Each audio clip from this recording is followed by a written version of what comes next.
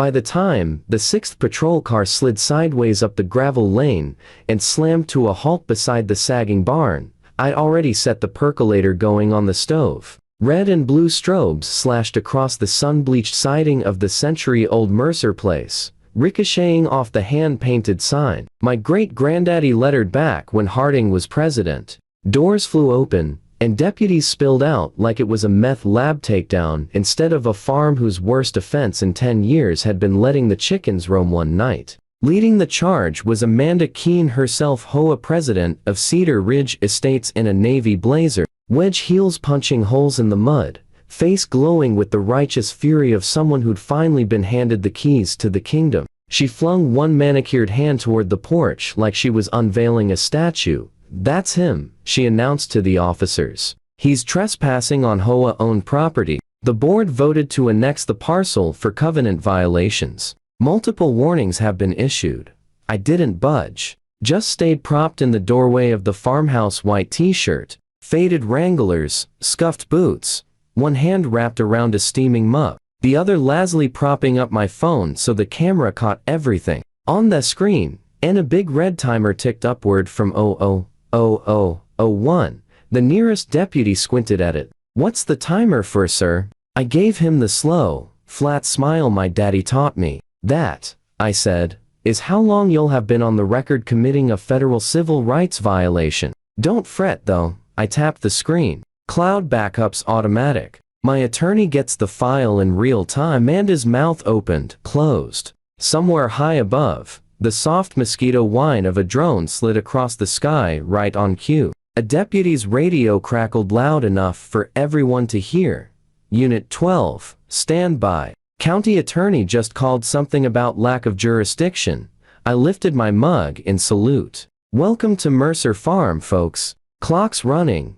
I'm the kind of man the manicured lawn crowd never learned how to catalog. 36 years old, living by myself on 80 acres. My people broke sod on before the roaring 20s started roaring. Mercer Farm, Est. 1925. The house is older than every McMansion in the neighboring subdivision put together, and then some. I cut hay, rent pasture to a cattleman down the road, mend my own wire, and converse mainly with a blue heeler named Buck and whatever's playing on the AM station. No wild parties, no jacked up diesel rolling coal, no rusting hulks for yard art. Just an old red farmel, a quiet routine, and the same ornery streak that kept 3 generations from selling out to drought, depression, or the interstate that got rerouted after Grandpa padlocked himself to a cottonwood in '78.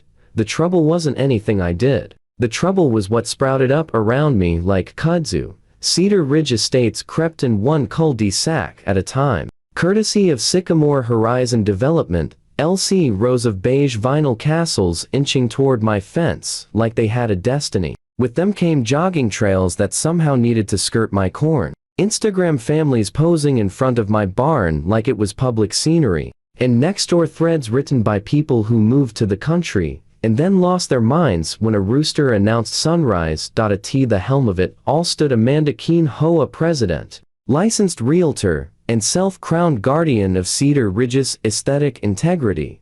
Haircut that cost more than my vet bill. Email signature longer than most novellas. She introduced herself a year ago by clicking up my driveway in stilettos, surveying the barn, the silo, the ancient sugar maple, and declaring, "This could be absolutely breathtaking with the right vision." "I like the vision it's got," I told her. She smiled the way you smile at a dog that just won't heal. That set the tone. Soon, Cedar Ridge listing photos started featuring my red barnas, a charming rural backdrop. Brochures bragged about farm-adjacent heritage lifestyle. Nobody bothered asking permission. I might have let it slide until the HOA decided that if they could see it, they owned it. It began small. An email from the official Cedar Ridge account.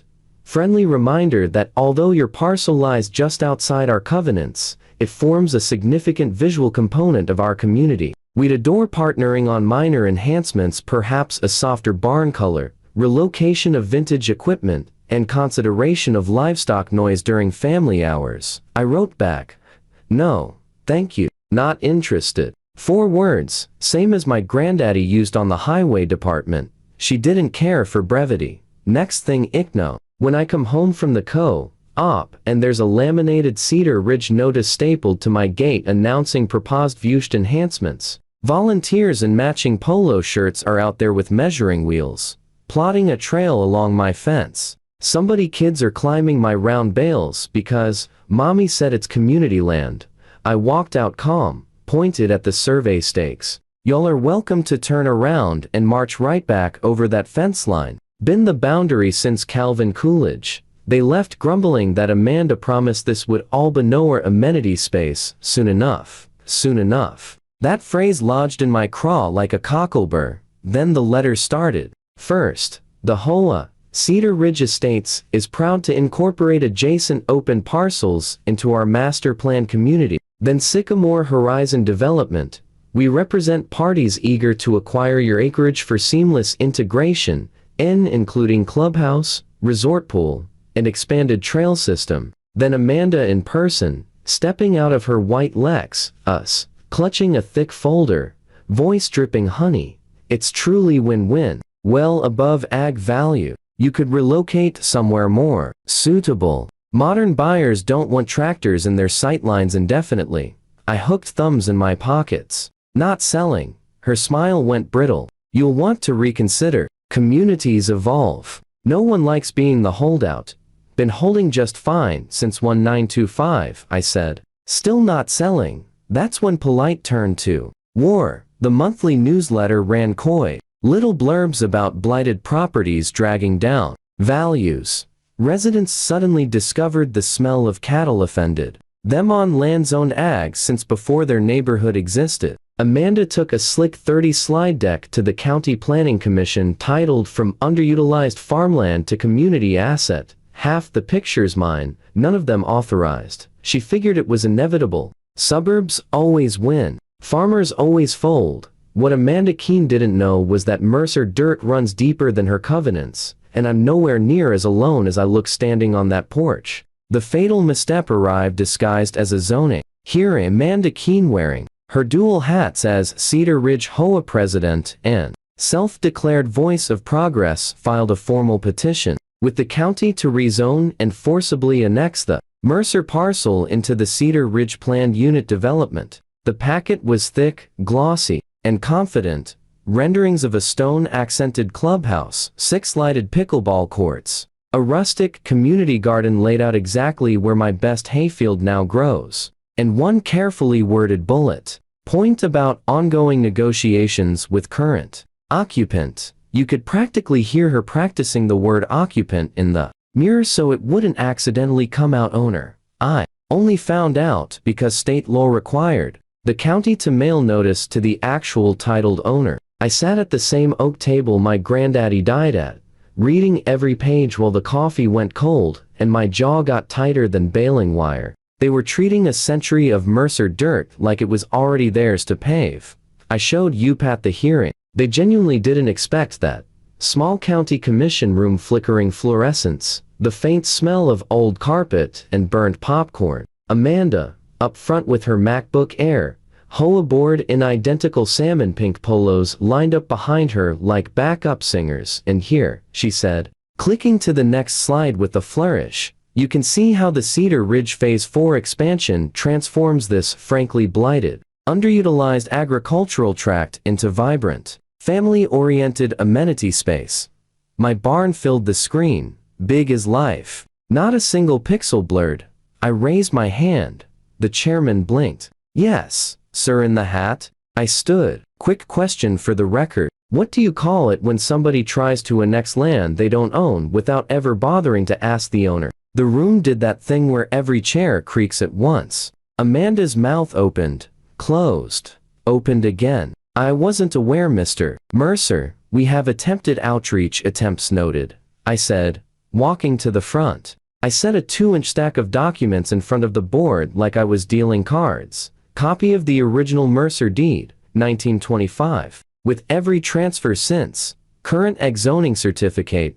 Grandfather's conservation easement recorded 32 years ago. Binding in perpetuity. Renewable every decade. and renewed every decade. Letter from the State Department of Agriculture confirming Mercer Farm's official designation as a Century Heritage Farm protected status, tax benefits, and a very explicit prohibition on non-agricultural development, and, because I'm petty when I need to be. A second letter, this one from the State Attorney General's office acknowledging receipt of my complaint regarding Cedar Ridge's unauthorized use of my property in marketing materials and misrepresentation of its availability to buyers. Investigation pending. The chairman looked like a man calculating how fast he could retire. So just to be clear, he said, voice slow, you are the owner, you are not selling. And this parcel is under a state-enforced conservation easement that prohibits exactly what's being proposed, correct?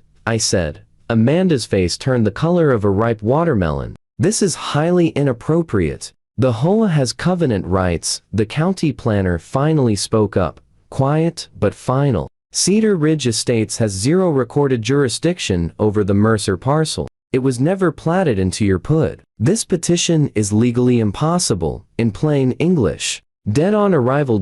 It should have ended there. Butigo is stronger than the law in some people.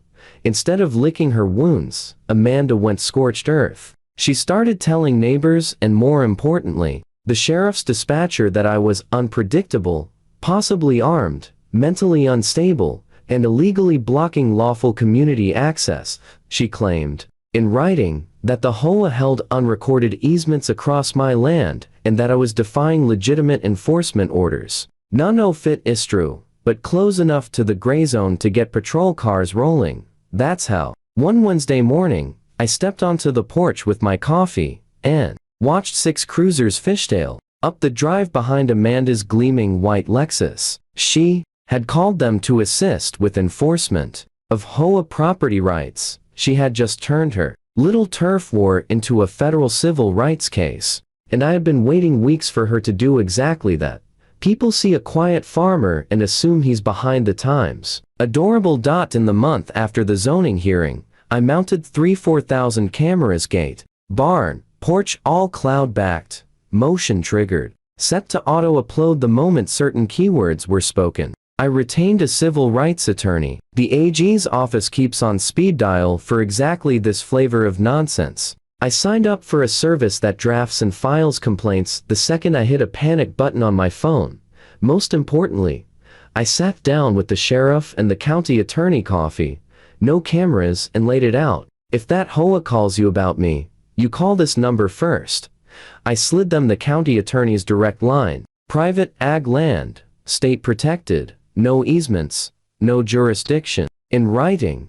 Both men nodded, signed the letter now laminated to my gatepost, and meant it.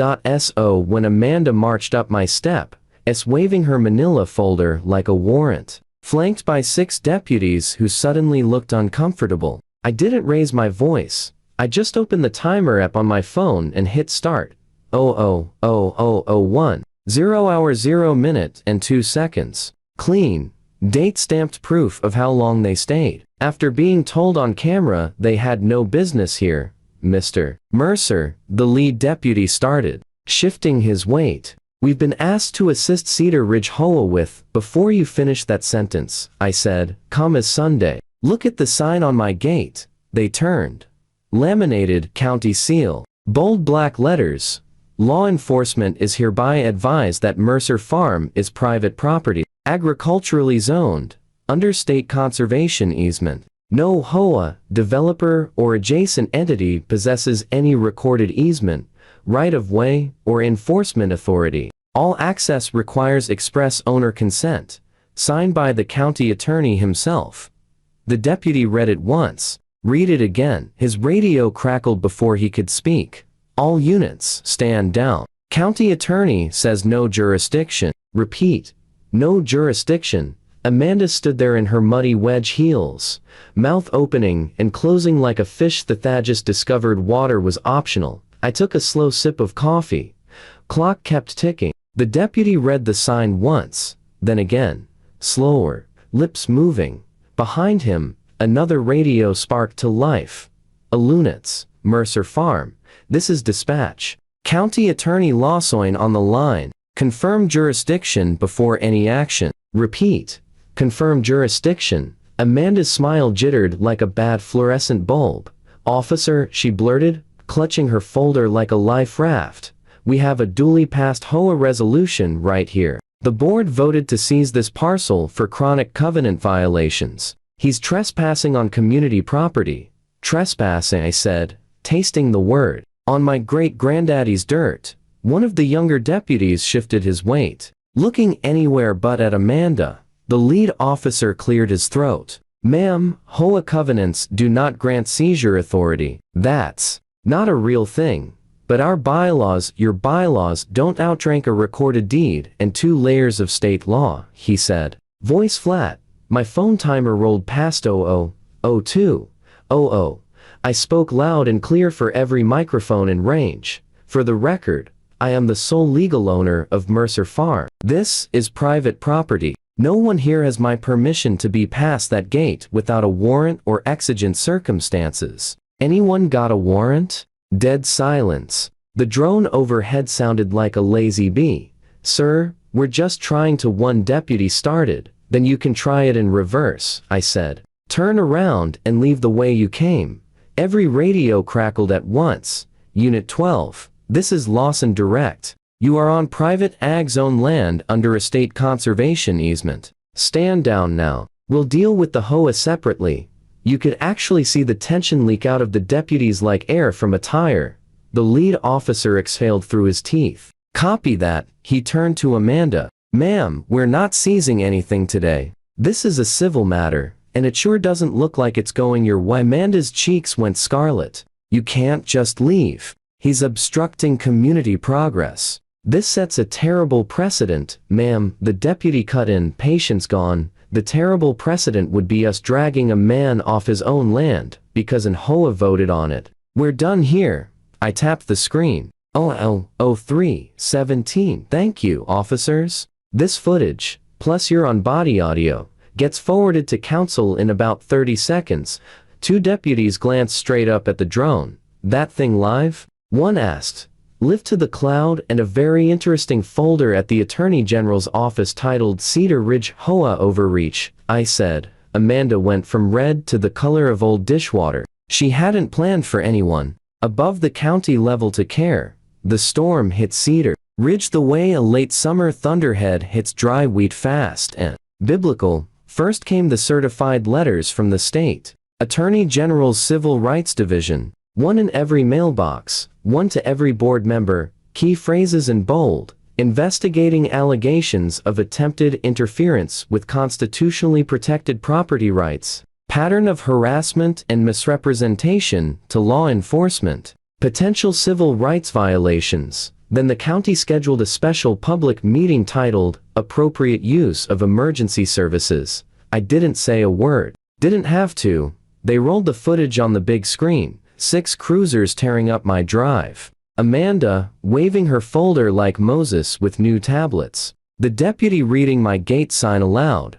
Radios ordering stand down. And Amanda's crystal clear line, we voted to seize this land, replayed in slow motion 3 times for emphasis. Half the subdivision was in that room. Phones were out. Someone in row 6 whispered, loud enough for the mic. She told us the county approved the expansion. That same night, the county commission unanimously reprimanded Cedar Ridge HOA for misuse of law enforcement, banned them from filing any rezoning or annexation proposal involving non-HOA land without notarized owner consent, and mailed their findings to the AG and the state HOA oversight board with a bow on top. The hammer kept falling. The AG extracted a consent decree. $25,000 fine, mandatory board retraining, third-party oversight of all future enforcement. My civil suit landed next harassment, defamation, and intentional infliction of emotional distress. The sheriff's dispatch system got a new permanent note. Any call from Cedar Ridge HOA referencing Mercer Farm equals non-emergency. Route to county attorney, do not respond. Then the insurance company saw the video. Premiums tripled overnight. Director and officer coverage got gutted. The carrier delivered a simple ultimatum. Certain board members had to go, or the whole HOA would lose coverage. Amanda Keene weighs Hicksabit A. She tried the martyr play victim of a vindictive farmer, protecting property values, etc. It lasted about a week. The county published an FAQ titled, "What an HOA cannot do no matter what your bylaws say." Question 1. Can an HOA seize or annex land it doesn't own?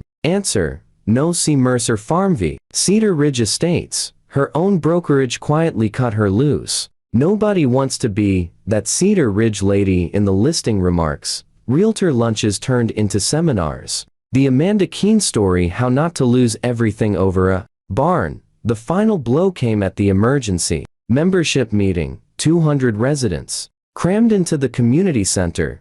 Special election to remove board members for cause. The vote wasn't close. 68-12 to oust Amanda Keene. She stood at the back in the same blazer she wore to my porch, clutching that same leather folder like it could still save her. When the results flashed on the screen, she opened her mouth. One last defense. One last spin. The interim president, a mild accountant named Paul, who looked like he hadn't slept since the drones showed up, didn't even let her finish. Motion carries. Miss Keene, you were removed from the board effective immediately. I was protecting property values, she said, voice cracking like thin ice. I was doing what was best for the community. Paul looked straight at her, exhausted and done. You tried to steal a man's farm with 6 police cars, Amanda, on camera. We're under state supervision and a $25,000 fine because of you. The room stayed dead quiet. Amanda's hands shook so hard the folder rattled. She turned, heels clicking across the linoleum, 200 pairs of eyes tracking her all the way to the double doors. Nobody clapped. They didn't need to. Outside, the night smelled like cut hay and distant rain, same as it had since 1925.